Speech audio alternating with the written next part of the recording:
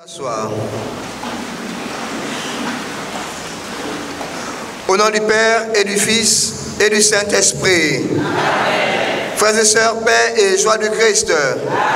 Paix et joie du Christ. Je te prie de saluer ton voisin et dis-lui la paix du Christ.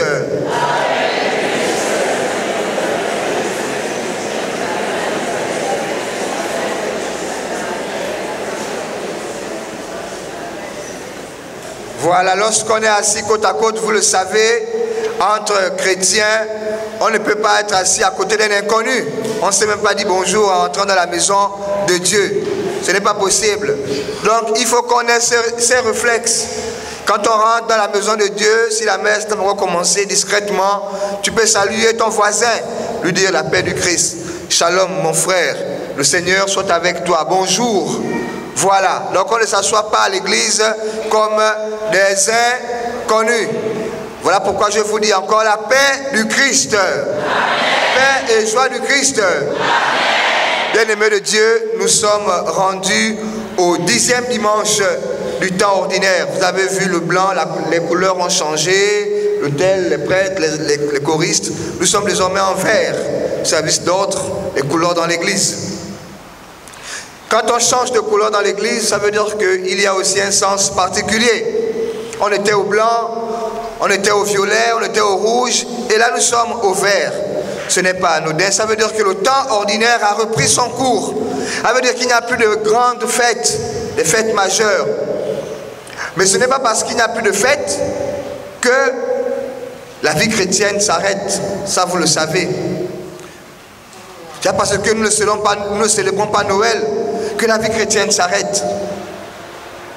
Alors, bien-aimés de Dieu, si vous avez suivi le texte de ce jour, la première lecture commence par une question. Dieu pose la question à Adam. Où es-tu donc, Adam? Où es-tu donc, Adam? J'essaie de remettre l'épisode dans son contexte. Voyez-vous, frères et sœurs, Dieu a créé Adam et Ève dans le livre de la Genèse et il leur dit, vous pouvez manger tous les arbres du jardin, les fruits de tous les arbres du jardin, sauf les fruits de l'arbre qui est au milieu. Donc, ils ont la possibilité de tout manger, sauf le fruit de l'arbre qui est au milieu, le fruit de l'arbre de la connaissance et du bien. La connaissance du mal et du bien. Sauf ce fruit-là, ils ne doivent pas manger, en consommer. Alors Satan vient à son tour. Satan vient à son tour. Il vient dire à Ève, est-ce que Dieu vous a dit de ne manger aucun arbre, aucun fruit de tous ces arbres? Vous voyez comment Satan transforme la vérité.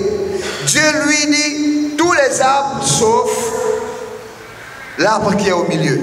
Quand Satan vient vers Ève, il dit on vous a interdit de manger aucun fruit, de ne goûter à aucun arbre.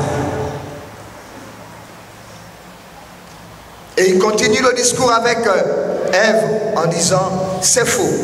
Si vous mangez, vous deviendrez comme des dieux. Vous connaîtrez le bien et le mal. Il commence à mettre Satan, commence à mettre Adam et Ève au même niveau que Dieu. Et le texte dit, Ève fut séduite. Elle vit que le fruit était bon, attirant. Elle en mangea et ensuite en donna à son époux Adam. Paix et joie du Christ. Paix et joie du Christ. Quand ils vont consommer le fruit de l'arbre interdit qui était au milieu, alors qu'ils avaient plusieurs autres fruits à manger, ils vont découvrir finalement qu'ils sont nus. Découvrant leur nudité, frères et sœurs, ils vont se cacher. Et c'est justement maintenant la suite que nous avons lue ce matin. Ils se cachent. Et quand ils se cachent, Dieu vient, il dit, où es-tu donc, Adam? Pose la question à Adam. Où es-tu donc, Adam? Frères et sœurs, le premier enseignement qu'on retient de cette première lecture, c'est qu'on ne discute pas avec Satan, frères et sœurs. On ne discute pas avec l'ennemi. Et les grands exorcistes vont vous le dire. On ne discute pas avec Satan. Ce qui est mal est mal. Il ne faut pas qu'on arrive à monnayer avec Satan, frères et sœurs. Parce que Satan, c'est le séducteur. Tout ce qu'il nous proposera depuis la nuit des temps sera toujours bon. Et sera toujours séduisant. Mais à la fin, ça nous conduit à notre perdition. Paix et joie du Christ. Tout ce que Satan nous propose au début est toujours séduisant. À la fin, ça nous conduit à notre perdition. Adam et Ève en ont subi. Et jusqu'aujourd'hui, c'est la même chose. Frères et sœurs, Satan sait comment l'homme est. Il propose ce qui est attirant. Il propose ce qui est beau. Et il sait que nous allons succomber si nous n'avons pas le discernement. Et la plupart des cas, nous succombons. Paix et joie du Christ. Oui, frères et sœurs, Satan sait ce que tu aimes. Il sait tes faiblesses. Il sait mes faiblesses. Il connaît comment je suis. Et alors il me propose ce que je veux. Et il sait qu'à tous les coups, ce type-là, cette dame-là, ce monsieur, ce prêtre, sans le discernement, sans la force de Dieu, il tombera. Et depuis la nuit de temps, ça a toujours été comme ça. Alors donc Dieu pose la question ce matin. Adam, où es-tu donc? Cette question, Dieu peut nous la poser. Où es-tu donc, mon frère, devant Dieu actuellement? Est-ce que devant Dieu, comme Adam, tu te caches? Adam dira, j'ai entendu ta voix dans le jardin, j'ai pris peur parce que je suis nu et je me suis caché. Oui, frères et sœurs. On peut être là ce matin et vouloir se cacher de la face de Dieu. Parce que lorsqu'on regarde, quand on fait un examen de notre vie, quand on essaie de regarder à la lumière de l'évangile ce que nous sommes, frères et sœurs, quelquefois on a envie de pleurer. Oui, frères et sœurs, quelquefois on peut être habillé avec une belle chasuble, une belle robe. Mais quand on se retrouve devant Dieu, on peut être comme Adam, vouloir aller se cacher. Parce que la puanteur de notre être intérieur, oui, frères et sœurs, la puanteur de notre être intérieur est tellement forte, nauséabonde, difficile à accepter, frères et sœurs, qu'on préfère se cacher.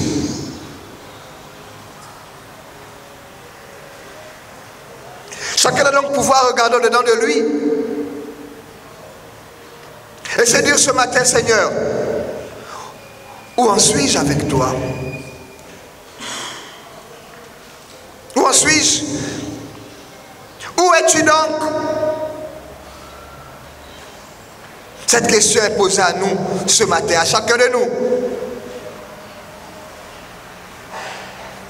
Et certains pourront répondre, me voici Seigneur. D'autres pourront dire, Seigneur, je me suis caché. Je me cache parce que je suis nu. Parce que j'ai accepté d'être séduit par Satan. Parce que je vis éternellement dans la séduction. Parce que je ne lutte plus, frères et sœurs. Parce que je ne fais plus d'efforts. Parce que je ne suis plus dans le combat spirituel. Parce que Satan m'a déjà gagné. Je suis gagné à Satan. Frères et sœurs, on ne peut plus être chrétien et ne plus être dans le combat spirituel. Ce n'est pas possible. Paix et joie du Christ. On ne peut pas être chrétien, frères et sœurs, et ne pas être en permanence dans un combat spirituel, en permanence en disant non à Satan. On ne peut pas être là, chrétien, assis ce matin et ne plus vouloir faire d'efforts. Ça veut dire que Satan nous a déjà gagné. Paix et joie du Christ. Alors je parle à quelqu'un ce matin. Tu ne peux pas être chrétien et ne pas lutter.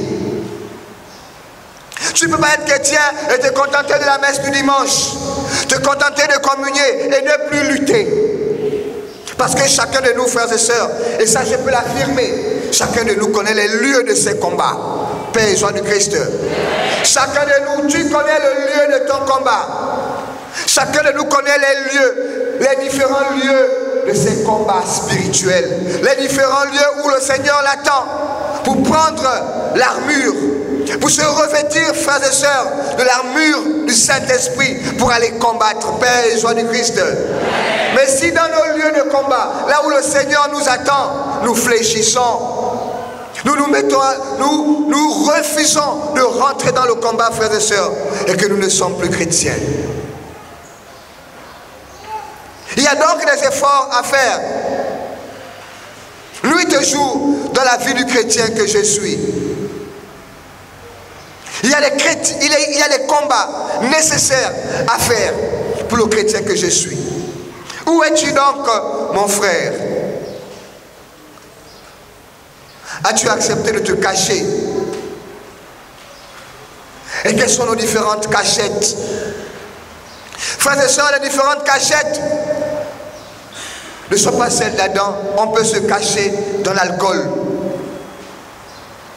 Parce qu'on a refusé de rentrer dans le combat, alors on devient ivrogne. On rentre dans l'alcool. Voici ma nouvelle cachette.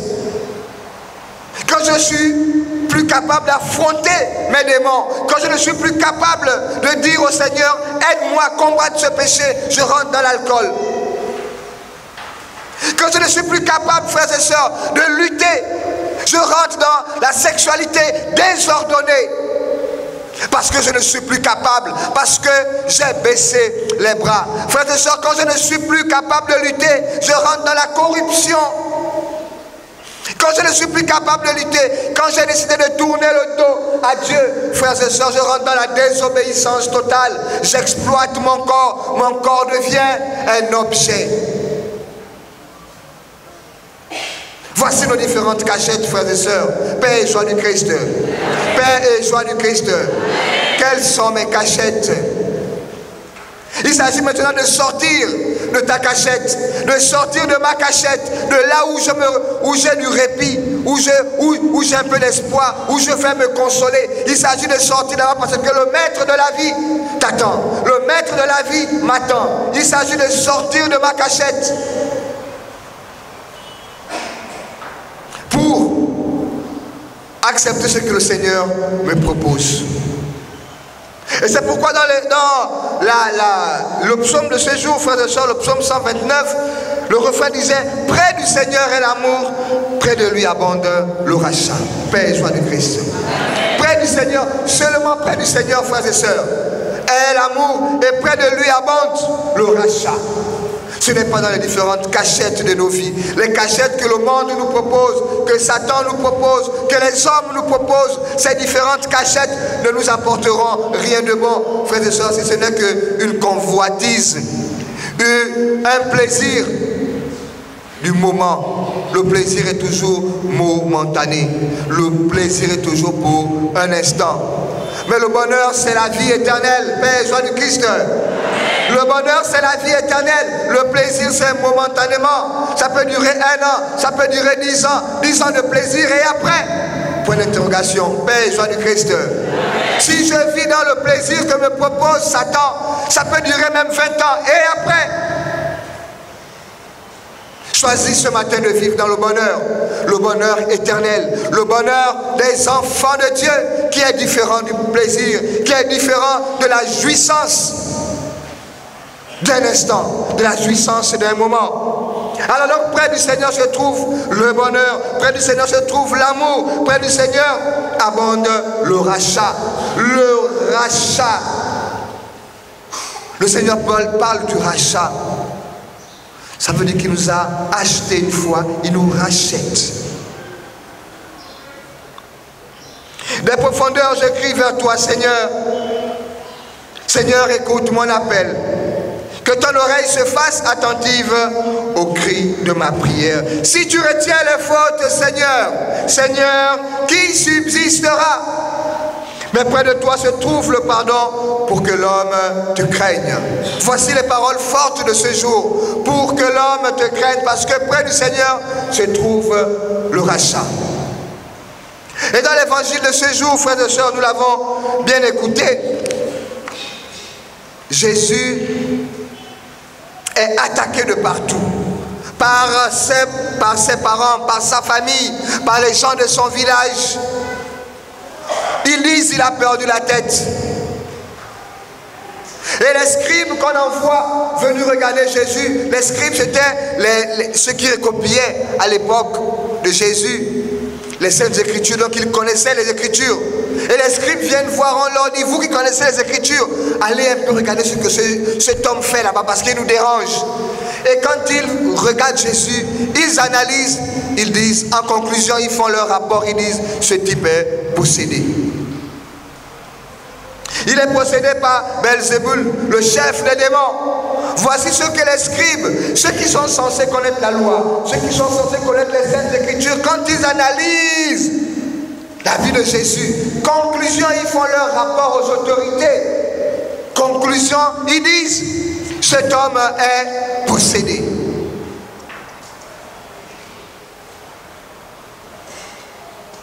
Il est possédé, il n'y a plus rien à faire. Il est possédé par le chef des démons.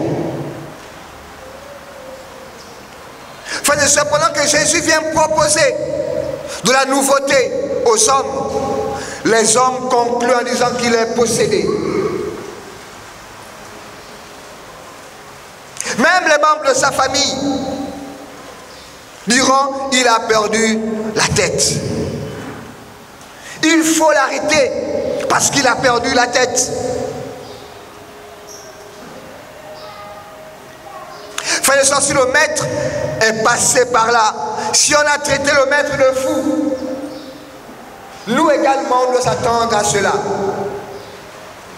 Quand tu décides de sortir de la cachette pour te mettre sous le regard de Dieu, frères et sœurs, sache qu'on pourra te traiter de fou. Sache qu'on pourra te traiter de possédé. On pourra te traiter de malade mental parce que tu as décidé de faire autrement. Ce n'est pas parce que tout le monde va à gauche que je suis obligé d'aller à gauche. Parce que le maître de la vie peut me dire d'aller à droite. Paix et joie du Christ. Oui, frères et sœurs, notre maître a été traité de fou, de malade. Frères et sœurs, je vais prier ce matin pour toutes les personnes qui sont accusées à tort dans leur famille. Parce qu'ils ont décidé de vivre dans la franchise. Ils ont décidé de vivre dans la vérité.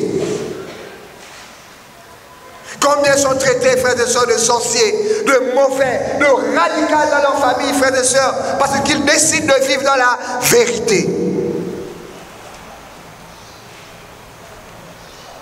Combien sont persécutés, frères et sœurs, dans nos familles, parce qu'ils ont décidé de fixer leur regard sur Jésus et seulement sur Jésus. Frères et sœurs, je connais des chrétiens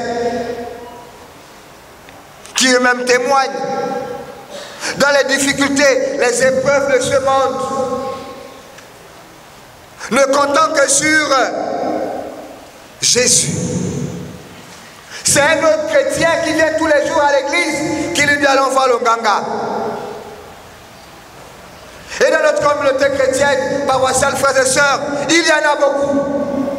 Dimanche, ils sont à la messe, à la moindre preuve, ils sont chez le Nganga. Ils sont en train de faire les feuilles, boire le sang des animaux, avec les coris, les seaux, sous les lits. Et le dimanche, ils sont à la messe, alléluia, amen. Frères et sœurs, voici le langage de la vérité. Et Jésus, même ses parents ne comprenaient plus rien. Il est resté fixé sur son chemin. Mais quels sont ceux chrétiens qui sont à gauche et ils sont à droite? On ne sait plus où nous sommes. Mes frères et sœurs, on pense mentir au Seigneur. Peut-être au prêtre on mentira. Pauvre petit que je suis. À vous, on pourra se mentir mutuellement, frères et sœurs. Mais devant Dieu, personne ne ment. Père, joie du Christ. Devant Dieu, personne ne ment. Frères et sœurs, ou alors tu es chrétien aujourd'hui là, et parce qu'un membre de la famille t'a tiré, qu'allons voir un peu. C'est quoi cette maladie qui revient? On va pas aller voir quelqu'un. C'est ce que les parents de Jésus ont voulu faire. Ils sont venus arracher Jésus. Ils ont dit, ce type-là devient fou. Il faut qu'on l'attache. Parce qu'il commence à déranger. Et c'est nous les premiers qui conduisons souvent nos frères dans la dérive. Qui a dit que parce qu'on est chrétien, on doit devenir bête? Et pour justifier, frères et sœurs, ce genre d'attitude, on vous dit, mais les prêtres là eux-mêmes, ils ont leurs choses. Qu'est-ce qu'on ne connaît pas? Ils ont leurs choses. Je connais quelqu'un qui a été traité par tel. Alors on va là-bas, on commence à tuer les ceci, on boit le sang. Mais pourquoi, frères et sœurs? Et c'est nous les chrétiens qui sommes assis là. Nous sommes les premiers. Ce qui a commencé avec les parents de Jésus, frères et sœurs, se poursuit jusqu'à aujourd'hui. Se poursuit jusqu'à aujourd'hui. Le parent amène l'enfant. À la veille de l'examen, on va d'abord aller se laver, le bac arrive. Je connais quelqu'un, allons d'abord se laver. Voici les feuilles qui partiront avec toi en salle d'examen. Mais le dimanche, on est assis à l'église. Oui, l'Écriture dit, les gens de chez lui, donc sa famille, apprenant, vinrent pour se saisir de lui, car ils affirmaient, il a perdu la tête. Il a perdu la tête, donc il est devenu fou. Les gens de sa maison.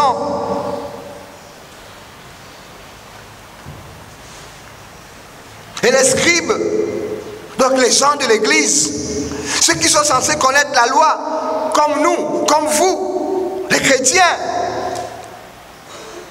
déclarent qu'il est possédé. Donc leur jugement est même encore plus dur que la famille. Parce que la famille dit, il a perdu la tête. Lui on dit, il est possédé par Belzébul, donc le chef des démons. Donc leur sentence est plus dure que la sentence de la famille. Frères et sœurs, je voudrais prier ce matin. Pour tous ceux qui sont ici à l'église, le dimanche et le samedi en activité dans leurs choses. Il y a encore une semaine, mon Seigneur nous donnait la recommandation de prier pour les sorciers. Dimanche à la messe, bien habillé, propre et à l'heure même. Mais je suis le premier, quand quelque chose ne va pas, prendre les gens de ma maison, les gens de ma famille, allez se laver. Laver quoi? Que le baptême n'a pas encore lavé. Père et joie du Christ. Père et joie du Christ. Alors les gens viennent lui dire, tes parents sont là, ta mère est là, tes frères même sont là, ils t'attendent dehors. Ils n'osent même pas rentrer, ils t'attendent dehors. Et Jésus recadre les choses en disant, mon père, ma mère, mes frères sont ceux qui font la volonté de Dieu. Mon père et ma mère sont ceux qui m'emmènent vers la volonté de Dieu, comme on dira aujourd'hui au Notre Père, que ta volonté soit faite sur la terre comme au ciel. Si j'ai un parent, un ami, une soeur, un frère, qui m'emmène vers des choses qui ne correspondent pas avec la volonté de Dieu, frères et sœurs, il faut couper cette relation. Et Jésus l'a fait. Et Jésus l'a fait. Et si je suis là encore, ma vie tout entière, je ne parle pas de la vie du dimanche, frères et sœurs. Je ne parle pas de la vie du dimanche, je parle de la vie ordinaire, la vie de tous les jours. Si mon être entier ne confesse pas la volonté de Dieu, si mon être entier ne confesse pas la volonté de Dieu, et que, frères et sœurs, je suis encore en chemin, j'ai beaucoup à faire. Ils te cherchent, tes parents. Mais Jésus répond, qui est ma mère? Qui sont mes frères? Et parcourant du regard ceux qui étaient assis en cercle autour de lui, voici ma mère et mes frères, celui qui fait la volonté de Dieu. Alors il s'agit donc ce dimanche, frères et sœurs, de faire le choix. Ou on fait le choix de la cachette, où on pense trouver la vie dans notre cachette.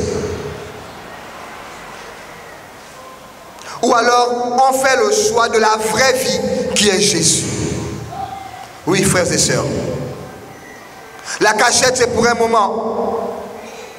Et sache que dans ta cachette, Dieu te voit. Il a vu Adam. Dieu me voit dans ma cachette.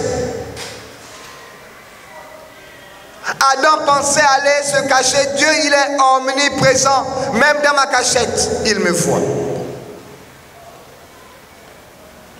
Je fais le choix d'aller me cacher comme Adam, ou alors je fais le choix de la vie de ceux qui font la volonté de Dieu. Il n'est jamais trop tard, frères et sœurs, pour faire marche arrière. Il n'est jamais trop tard pour donner sa vie à nouveau à Dieu. C'est à chacun de faire le choix. Le choix, il faut le faire chaque jour. Ce n'est pas un instant. C'est en tombant et en se relevant. En tombant et en se relevant. Ainsi de suite, frères et sœurs. C'est seulement comme cela qu'on deviendra des chrétiens pour la vie éternelle. Pas les chrétiens de ce monde. Que le Seigneur nous aide vraiment à être de ces chrétiens, des chrétiens authentiques qui décident de sortir de leur cachette, qui décident de sortir de leur nudité pour entrer dans la volonté et seulement dans la volonté de Dieu, au nom du Père et du Fils et du Saint-Esprit. Amen.